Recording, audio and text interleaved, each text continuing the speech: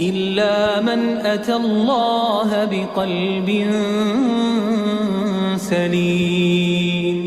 وأزلفت الجنة للمتقين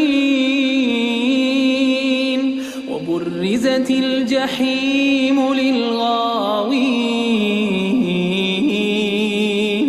وقيل لهم أين ما كنتم تعبدون من دون الله هل ينصرونكم أو ينتصرون.